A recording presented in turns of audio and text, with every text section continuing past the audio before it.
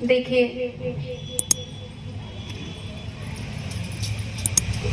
हरिंद्रानंद साहब के माध्यम से 3 सूत्र मिला है, दया, चर्चा, नमः शिवाय।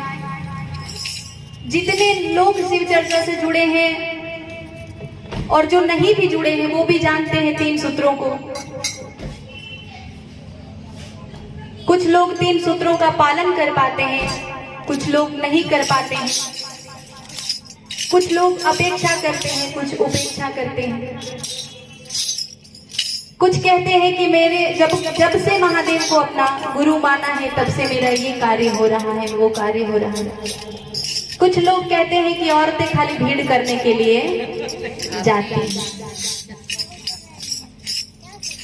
तो जैसी जिसकी भावना होती है प्रभु वैसे ही दिखते हैं, पर यहाँ प्रभु का नहीं, यहाँ पे तो गुरु और शिष्य का संबंध है। गुरु और शिष्य का संबंध है। तो महादेव जी के दरबार में लगभग यहाँ पे जितने लोग बैठे होंगे आप सभी का नाम दर्ज होगा। ऐसा कोई नहीं होगा जहाँ तक मैं जानती हूँ कि किसी का नाम महादेव जी के दरबार में दर्ज नहीं होगा। एक अध्यापक को बैठा दिया जाता है ना, अगर एक्सप्लेन करने के लिए कि नहीं आप इस चीज को जरा विस्तार में बताइए, तो मैं तो उसको इसी तरीके से कहती हूँ, गुरु और शिष्य के संबंध के विषय में देखिए।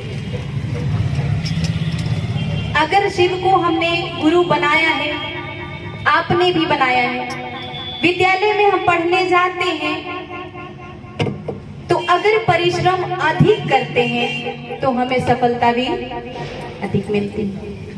30-35 बच्चों का अगर क्लास है तो उसमें गुरु की नजर जो बच्चे मेहनत करते हैं उन पे अधिक पड़ती है। जो थोड़ा कम परिश्रम करते हैं वो थोड़ा कम मार्क्स पाते हैं, जो बिल्कुल नहीं करते हैं वो फेल हो जाते हैं। लेकिन फेल भी हो गए तो क्या हुआ, कम से कम नाम तो दर्ज है। कम से कम हमारा और आपका नाम हमारे महादेव जी के दरबार में दर्ज तो है।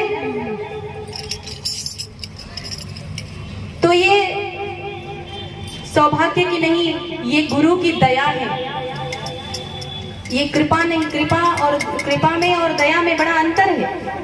कृपा जब हम किसी पे कुछ कृपा करते हैं तो वो सामने वाला हमें कुछ बदले में देता है, लेकिन यहाँ महादेव आपसे बदले में कुछ लेता देता नहीं है, मांगता भी नहीं है। आप प्रसाद चढ़ाते हैं, अपनी मर्जी से चढ़ाते हैं, चाहे वो मीठा का भोग लगाइए, चाहे लाई फरुई का लगाइए, क्योंकि उसको हम प्रसाद रूप में लोगों को वितरित करते हैं। महादेव जी के चर्चा में कोई आवश्यक नहीं कि आप जो है कि इतना खर्चा कीजिए तो ही आपका चर्चा होगा। खर्चा चर्चा से या पर्चा से ना हो, चर्चा मन से करे के बाद। कर का मन का छोड़ दे, मन का मन का डाल।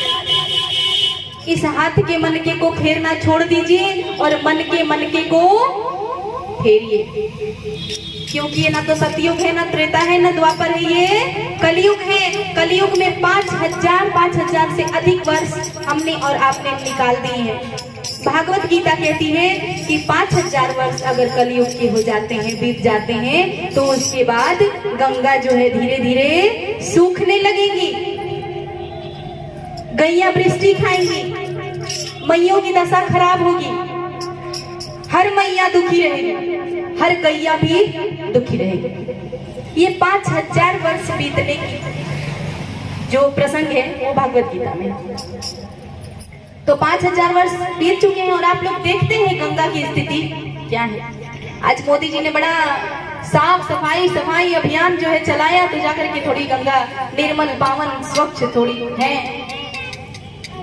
जितना कचरा है, जितनी गंदगी है, सब ले जाकर के गंगा जी में लोग फेंकाते हैं और उसी में जाते हैं तो बड़े पाप किए हैं, पुण्य किए हैं, जो भी किए, पाप तो सबने किए, कोई ऐसा नहीं है जो पाप नहीं किया है। बस अंतर ये है कि अपने अंदर झांकने के लिए बहुत बड़ा कलेजा होना चाहिए और सामने उंगली दिखाना बड़ा आसान है कि आप पे ये कमी है, लेकिन एक उंगली दिखाते हैं, चारों उंगलियां हमारे तरफ इंडिकेट करती है, हमारे तरफ इशारा कर रही है कि पहले स्वयं को देखो।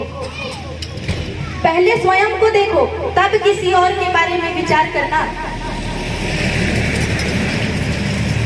शिव चर्चा में अगर आते हैं हम तो ये कहते हैं कि जब भी चर्चा में जाएं, एक बात, एक शब्द, एक ज्ञान गांठ बांध करके जाइए। कुछ नहीं तो 24 घंटे में एक बार मुझे महादेव का नाम